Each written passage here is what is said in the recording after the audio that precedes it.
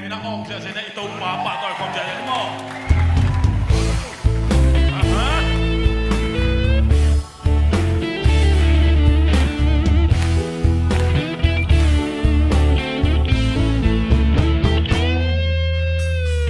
Lung nộp mà na thu khát tôm hi ya.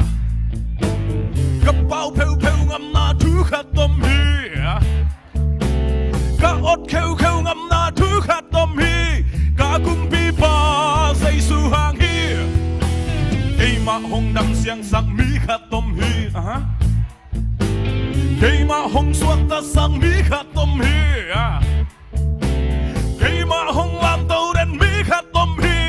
Tua mi ba in ina adim dây su Christi. Dây su ba tôi ni amaram tôi ni. Itung aham siat na ha kempel adu pa to hong lai sakhi. Dây su ba tôi ni amaram tôi ni. Itung aham siat na ha kempel adu pa to hong lai sakhi. Amin padni.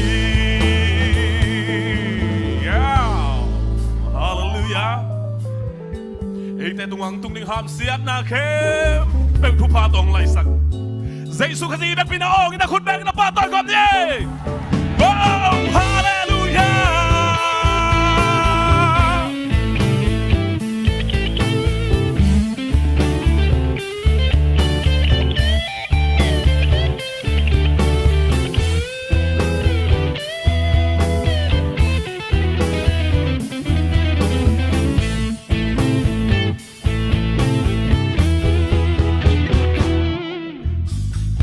Hong run run den mi khát tôm hi. Cây mà hong rem rem den mi khát tôm hi. Cây mà hong nam nam den mi khát tôm hi. Tua mi ba in zu ra tăng va. Ka son na hong bai sang mi khát tôm hi. Kan nit na hong siak sang mi khát tôm hi. Ka si na ling pan hong tan khát tôm hi. Tua mi ba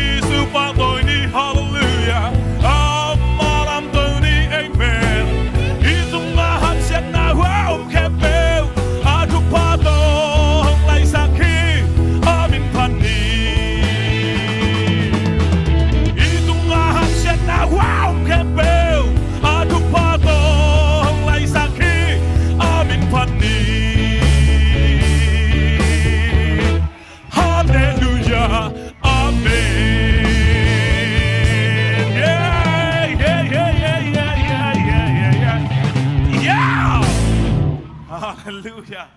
Lung đam ma mê.